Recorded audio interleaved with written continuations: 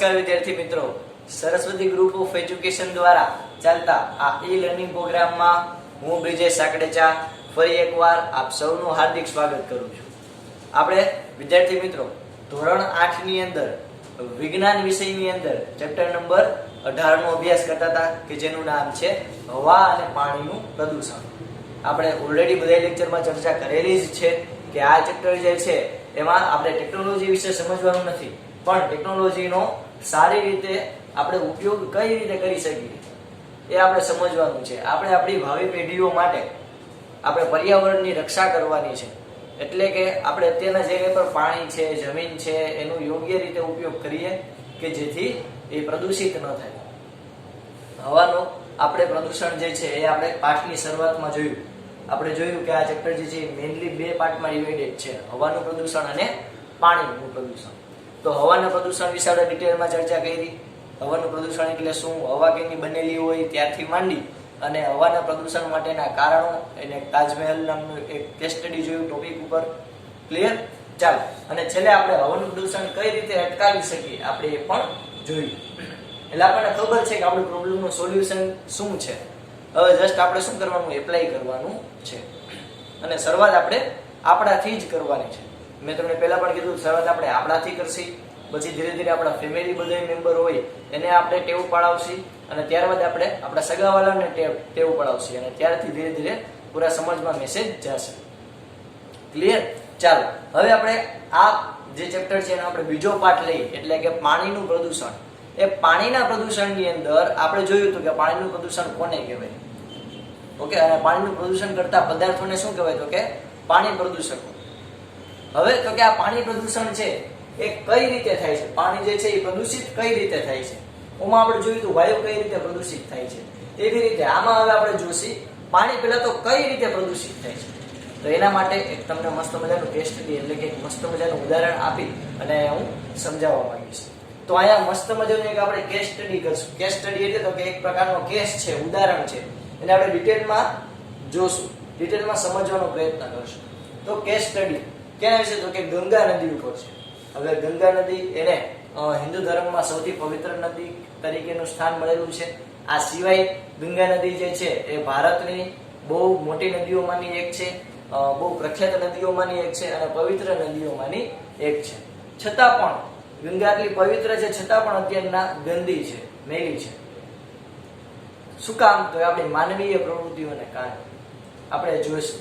જો સૌથી પહેલા કીધું છે કે ગંગા ભારતની સૌથી પ્રખ્યાત નદીઓમાંની એક નદી છે. આપણા ભારતમાં ઘણી બધી મોટી નદીઓ વહે છે, ઘણી બધી પ્રખ્યાત નદીઓ છે.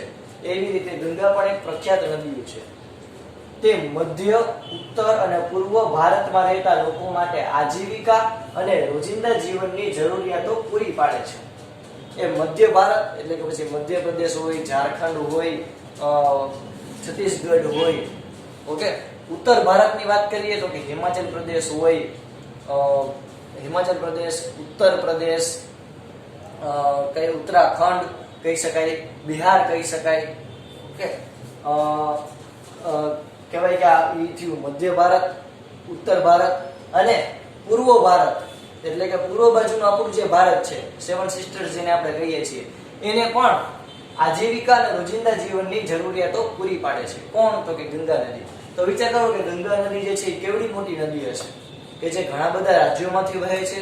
ત્યાં એના નદી કિનારે એટલે કે નદીને કાંઠે ઘણા બધા મોટા શહેરો આવેલા છે, અને આ સિવાય એ ગંગા નદીની પાસે જે શહેરો વસેલા છે એની વસ્તી પણ ખૂબ વધારે છે. તો ગંગા નદી જે છે એ ઘણા બધા લોકોને, ઘણા બધા પીપલ્સને આજીવિકા એટલે કે કમાવાનું સાધન પૂરું પાડે છે. ઘણા જે હોય આપણે જોયું છે કે ગંગા નદી ઉપર ઘણા બોટ ચલાવતા હોઈએ છીએ, ઘણા જે હોય એ ટુરિઝમનું કામ કરતા હોય ગંગા નદીની આસપાસ. તો આવી રીતે ઘણા લોકોને આજીવિકા પૂરી પાડે છે. ઘણા લોકોને માછલા જે છે એ નદી પૂરા પાડે છે, માછલા પકડવાના માછીમારો હોય એને પણ આજીવિકા પૂરી પાડે. એવી રીતે ગંગા નદીમાંથી કેટલીક આડ પેદાશો હોય, ગંગા નદીને કાંઠે કેટલાક વૃક્ષો ઉગતા હોય તો એનો પણ આર્થિક રીતે ઉપયોગ થતો હોય છે ક્યાંક ને ક્યાંક. તો એવી રીતે ઘણા બધા લોકોને ગંગા નદી એ આજીવિકા એટલે કે કમાવાનું એક સાધન પૂરું પાડે છે. રોજિંદા જીવનની જરૂરિયાતો પણ પૂરી પાડે છે. પીવાનું પાણી પહેલા તો ગંગા નદી, નદી છે એટલે ઓબ્વિયસ વાત છે, સમુદ્ર નથી. નદી છે એટલે ડાયરેક્ટ આપણે ઘૂંટડો માંડી શકીએ, પણ શુદ્ધ હોય તો. એટલે આપણે પીવાના પાણીથી માંડી અને કોઈ પણ આપણી જૈવિક ક્રિયાઓ હોય એમાં ગંગા નદી જે છે આપણને પૂરતું પાણી પૂરું પાડે છે. આ સિવાય તો કે જો હવે એક મસ્ત મજાનું એક અહીંયા સંસ્થા આપેલી છે, world wide fund for nature. World wide fund for nature એટલે કે આખા વિશ્વમાં પ્રકૃતિ માટે ને કંઈક ફંડ આપવામાં આવે છે એવી કોઈ સંસ્થા, એવું ગુજરાતી નામ છે, world wide fund for nature. એને ટૂંકમાં લખાય છે WWF. ઓલી કુસ્તી વાળું નથી, ઓકે, ભીષુમ કરતા હોય રિંગમાં અને બાટી બોલાવી દે, WWF નથી. આ નેચર માટેની એક સંસ્થા છે જેનું ફૂલ ફોર્મ પણ આ થાય છે. દ્વારા તાજેતરમાં એટલે કે હમણાં જ એક સર્વે કરવામાં આવ્યું, એક અવલોકન કરવામાં આવ્યું, એક સ્ટડી કરવામાં આવ્યું અને એના ઉપરથી ગંગા એ વિશ્વની 10 ખતરાજનક નદીઓમાંની એક છે. તો વિચાર કરો કે ગંગા નદીમાં કેટલું બધું પ્રદૂષણ છે કે આપણા ભારતની જ નહીં પણ વિશ્વની 10 જે ખતરાજનક નદીઓ એટલે કે જે નદી જે છે એ ખૂબ જ પ્રદૂષિત થઈ હોય અથવા તો કોઈ લુપ્તતાના આરે હોય એવી 10 ખતરાજનક નદીઓમાંની એક નદી છે ગંગા. તો આપણા માટે બહુ ગંભીર બાબત કહેવાય, કારણ કે વિશ્વની જે સંસ્થા જે છે WWF તેણે હમણાં જ અવલોકન કર્યું અને એના ઉપરથી ગંગા નદીને કઈ કેટેગરીમાં મૂકી છે તો કે 10 ખતરાજનક નદીઓ એટલે કે 10 જે એકદમ ડેન્જરસ સિચ્યુએશનમાં હોય એવી નદીઓમાંની એક જે છે ગંગા નદી એને મૂકેલી છે. આ માટેના કેટલાક કારણો, કારણ કે એમનેમ તો ખતરાજનક કેટેગરીમાં ગંગા જે નદી છે એ નહીં વહી જાય. તો આ માટેના કેટલાક કારણો આપણે જોઈએ તો કે જ્યાંથી નદી વહે એટલે કે જ્યાંથી નદી વહે છે તેના કાંઠા પાસે ઘણા બધા માણસો, મેં કીધું કે શહેરો વસેલા છે, ઘણા બધા માણસો રહેતા હોય છે. તો મોટા જથ્થામાં કચરો પહેલા તો ઠાલવવામાં આવે, ઓકે, એટલે જે રાજ્ય હોય, ઘણા બધા મોટા મોટા શહેરો હોય તો એના જે આખા ગટરના પાણી હોય ડાયરેક્ટ નદીમાં ઠાલવી દેવામાં આવે.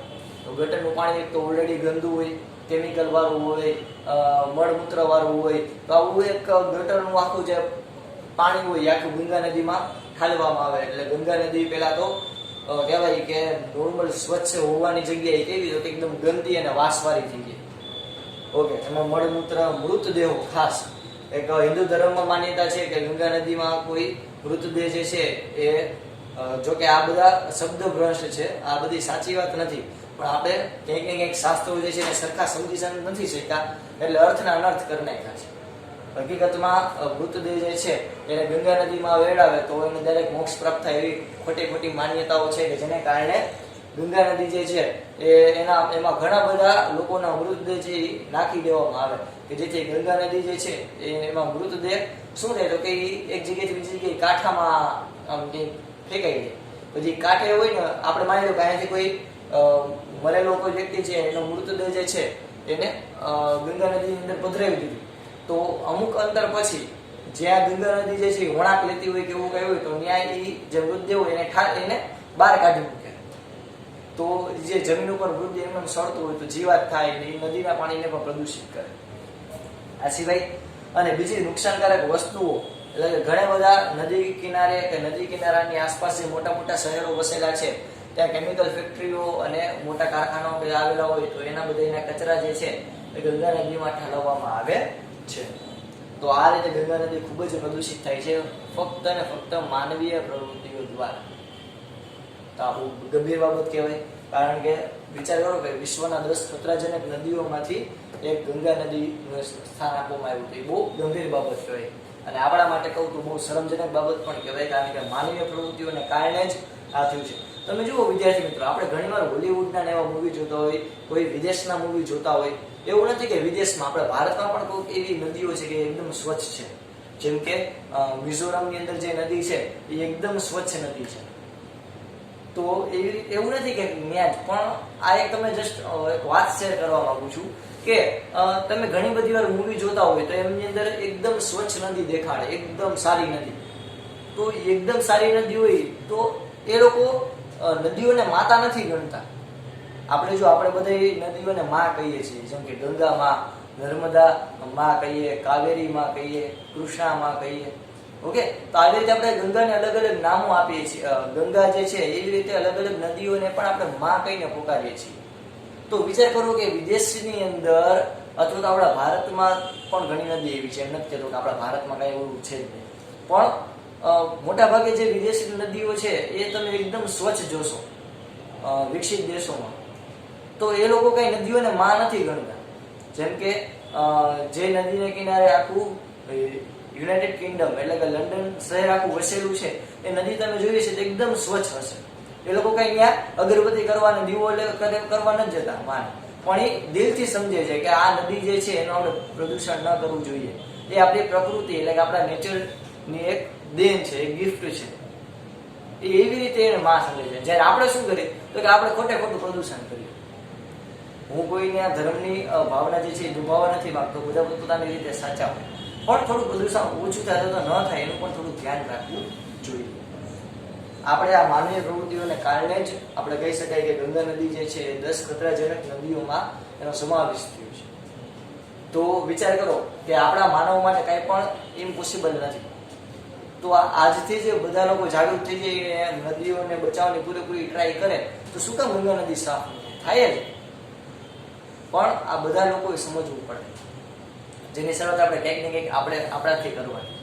તો એ હું તમને એમ કહેતો હતો કે જે વિદેશના જે લોકો હોય એ લોકો એકદમ સ્વચ્છ કહેવાય કે એ લોકો નદીઓ જે છે એનું પૂરેપૂરી કાળજી રાખે. જો ખોટો કચરો ન ફેંકે, ખોટું પ્રદૂષણ એનો ત્યાંની આખી ગવર્મેન્ટ જે છે એની સિસ્ટમ એવી બહુ સારી હોય કે જેથી એની જે ગટર હોય એ નદીઓમાં ન ઠલવાય. જ્યારે આપણા અહીંયા ઘણું બધું વિચિત્ર છે વ્યવસ્થાપન આપણે કહી શકાય, પણ આઈ હોપ કે સરકાર આમાં બહુ સારી રીતે ધ્યાન દે, કારણ કે એક આપણી સાંસ્કૃતિક વિરાસત પણ છે ગંગા નદી. ચાલો ત્યારબાદ હકીકતમાં તો નદી ઘણી જગ્યાએથી મૃત થઈ ગઈ છે. આ બહુ અગત્યનો પોઈન્ટ છે વિદ્યાર્થી મિત્રો, કે નદી ઘણી જગ્યાએથી મૃત થઈ ગઈ એટલે કે ડેડ થઈ ગઈ છે. હવે તમને એમ થાય છે નદી થોડી જીવે તે મૃત થઈ ગઈ, એમ નહીં. નદી મૃત થઈ ગઈ એનો મિનિંગ શું? તો કે જ્યાં પ્રદૂષણનું સ્તર ખૂબ જ વધારે, જ્યાં પ્રદૂષણ ખૂબ જ વધારે માત્રામાં છે ત્યાં એક પણ પ્રકારનું જીવન શક્ય નથી. એટલે કે ત્યાં કોઈ પણ પ્રકારના નદીમાં રહેતા જીવ જીવતા નથી. કોઈ જગ્યાએ એટલું બધું પ્રદૂષણ છે કે ત્યાં એકઈ નદીઓમાં એકઈ પ્રાણી કે કહી શકાય કે સજીવ જ જોવા નથી મળતું. તો એને આપણે કહેવાય મૃત નદી. તો ગંગા ઘણી બધી જગ્યાએથી મૃત પણ થઈ ગઈ છે. બહુ ગંભીર બાબત કહેવાય વિદ્યાર્થી મિત્રો. આ સિવાય નદીને બચાવવા માટે આપણે કંઈક તો કરવું પડે. તો આપણા સરકારે અત્યારે નહીં, હજી અત્યારે પણ ઘણી બધી પ્રદૂષિત છે, પણ વિચાર કરો કે ઠેઠ 1985માં સરકારે એક આશાસ્પદ કાર્યક્રમ એટલે કે આશા સાથે કાર્યક્રમ શરૂ કર્યો જેનું નામ છે ગંગા એક્શન પ્લાન, કે જે 1985 ની અંદર શરૂ કરવામાં આવેલો હતો. કે જેનું મુખ્ય કામ એ હતું, મુખ્ય હેતુ એ હતો કે ગંગા નદી જે છે એમાં પ્રદૂષણનું સ્તર ધીરે ધીરે ઘટાડવું. પણ જો એટલી આપણને સફળતા મળેલી નથી, કારણ કે વધતી જતી વસ્તી અને ઔદ્યોગિકીકરણ. એટલે કે એક તો વસ્તી સતત વધતી જાય એટલે ઓલરેડી પીવાના પાણીનું પ્રેશર આવતું જાય ગંગા નદી ઉપર, પ્લસ સતત ઔદ્યોગિકરણ એટલે કે નવા નવા કારખાના સ્થપાતા જ હોવાને કારણે નદી જે છે એમાં કહેવાય કે પ્રદૂષણનું માત્ર ધીરે ધીરે ઘટવાને બદલે ધીરે ધીરે વધે છે, જે બહુ ગંભીર બાબત કહી શકાય. બીજી રજૂઆત વિદ્યાર્થી મિત્રો, તો આપણે અત્યારના એકદમ ગંભીર ટોપિક ઉપર વાત કરતા હતા ગંગા નદીના પ્રદૂષણ ઉપર, કે જેમાં આપણે કહી શકાય કે પહેલા તો ગંગા નદી જે છે એનું મહત્વ શું છે આપણે એ જોયું કે એ કેટલા બધા લોકોને આજીવિકા પૂરી પાડે છે, રોજિંદા જીવનની કેટલીક જરૂરિયાતો પૂરી પાડે છે. WWF એટલે કે world wide fund for nature દ્વારા એક અભ્યાસ થયો કે જેમાં 10 ખતરનાક વિશ્વની નદી જે છે એટલે કે જે સાવ ડેન્જર સિચ્યુએશનમાં છે એમાં ગંગા નદીનો સમાવેશ છે. એના કારણ આપણી માનવીય પ્રવૃત્તિ જે આપણે ચર્ચા કરેલી. આ સિવાય તો કે ઘણી બધી જગ્યાએ ગંગા નદી મૃત નદી થઈ ગઈ છે એટલે કે ત્યાં કોઈ પ્રકારના સજીવ રહેતા નથી. આ સિવાય નદીને બચાવવા માટે એક આશાસ્પદ કાર્યક્રમ ગંગા એક્શન પ્લાન 1985માં શરૂ કરવામાં આવેલો કે જે ગંગા નદીમાં થતા પ્રદૂષણને ઘટાડવાનો સતત પ્રયાસ કરે છે. જો કે વધતી જતી વસ્તી અને ઔદ્યોગિકરણને કારણે આ કહેવાય કે એટલું પોસિબલ બન્યું નથી. ચાલો આટલું બધા તમે તમારી પાકી બુકમાં એકવાર મસ્ત મજાની રંગબેરંગી પેનથી લખી દે.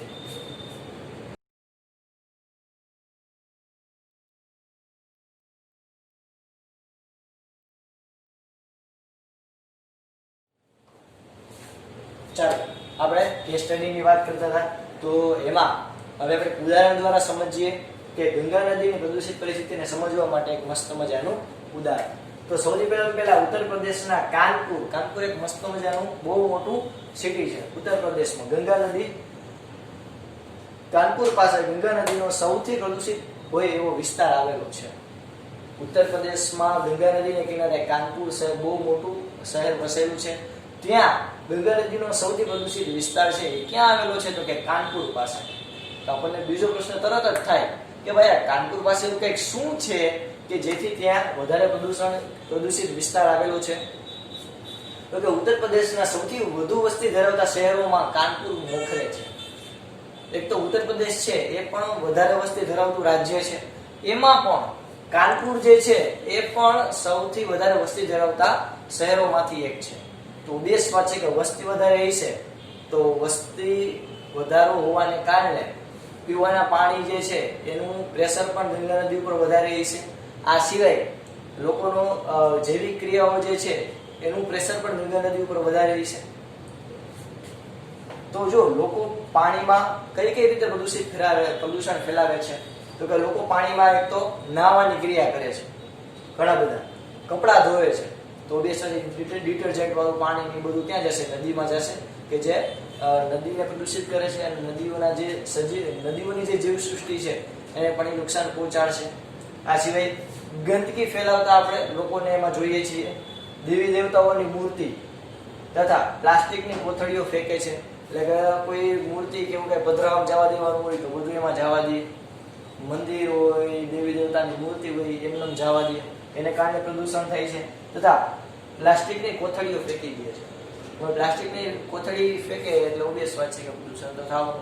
અને પ્લાસ્ટિકની કોથળી હોય ને છોકરાઓ, એ દરિયાની સપાટી પર તરતી હોય તો આપણને જેલીફિશ જેવું લાગે. એટલે આપણને નહીં પણ જે નાના માછલીઓ હોય કે કોઈ નાના જે પ્રાણીઓ હોય નદીમાં રહેતા હોય, એટલે એ શું કરે? એને ખાવાની ટ્રાય કરે. એને કારણે એની પેટની અંદર પ્લાસ્ટિક સળવાઈ જાય. એટલે આપણે ઘણીવાર એવા કિસ્સા જોયા છે કે કાચબો હોય તો કાચબો કહેવાય ને કે તરતો મીન્સ કે કિનારા ઉપર કાચબો આવે, મરેલો કાચબો આવે, તો એને આપણે જ્યારે પેટથી ચીરીએ ત્યારે એની અંદરથી 300 કિલો પ્લાસ્ટિક નીકળે. છોકરાઓ કેટલું? 1 નહીં 2 નહીં 300 કિલો એવા પણ કિસ્સા જોયેલા છે. કોઈ મોટી જે વેલ માછલી છે એના ઘણીવાર એવું બને કે એ પણ મૃત્યુ પામી એના દરિયા કિનારે આવી જાય, નદી કિનારે આવી જાય, તો એનું જ્યારે પેટ ચીરે તો એમાં પણ કેટલો બધા કિલો પ્લાસ્ટિક હોય. તો વિચાર કરો કે એ લોકો આ પ્લાસ્ટિકની થેલી હોય ને એને જેલીફિશ સમજે અને એ ખાઈ જાય. હવે એ તો અંદર એને તો કાંઈ રીતે દાંત કેવું કંઈ બહુ હાટીથી બોલાવવાના નથી, એને ખબર પડે.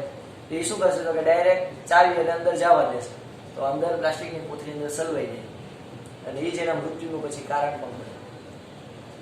તો બહુ ગંભીર બાબત કહેવાય. ઓકે, આ સિવાય કાનપુરમાં પાણીનો જથ્થો સરખામણીમાં ઓછો અને પ્રવાહ પણ કેવો છે? ધીમો. એટલે જેટલા પણ કચરા જે હોય બધા, એક તો પાણીનો પ્રવાહ ધીમો હોય તો જેટલો કચરો ફેંકે એ કચરોની આ પાણીનો પ્રવાહ ધીમો હોય તો સલવાઈ જવાની શક્યતા વધારે. એટલે અહીંયા બધો કચરો શું થાય? ભેગો થઈ જાય. કાનપુરમાં 5000 થી વધુ કારખાના આવેલા છે.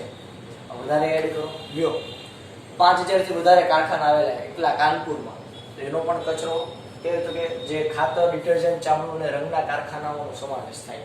એટલે કે કાનપુરમાં બહુ મોટા પાયે ખાતર બનાવવાનો ઉદ્યોગ, ડિટર્જન્ટનો ઉદ્યોગ, ચામડાનો ઉદ્યોગ જે છે એ, અને રંગના કારખાનાનો ઉદ્યોગ. ચામડાનું કારખાનું તમે વિદ્યાર્થી મિત્રો ક્યારેય જોઈ ન શકો. એક તો બીજું કે એમાં એટલી બધી દુર્ગંધ આવતી હોય કે વાત જ જવાની. તો ચામડું, ડિટર્જન્ટ, ખાતર અને રંગના કારખાનાઓનો સમાવેશ થાય. આ ઔદ્યોગિક એકમો ઝેરી રાસાયણિક કચરો નદીમાં છોડે છે.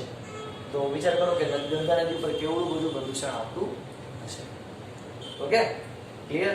ચાલો, આપણે આવી ગંભીર બાબતની ચર્ચા કરતા હતા. જળ પ્રદૂષણ જોયું.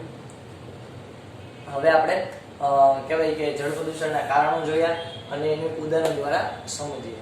ચાલો, પહેલા બધું ફટાફટ તમે તમારી બાકી બુકમાં એકવાર મસ્ત મજાના રંગબેરંગી કલરથી લખી દો. કે અહીંયા સુધી રાખીએ. જય ભારત, જય હિન્દ.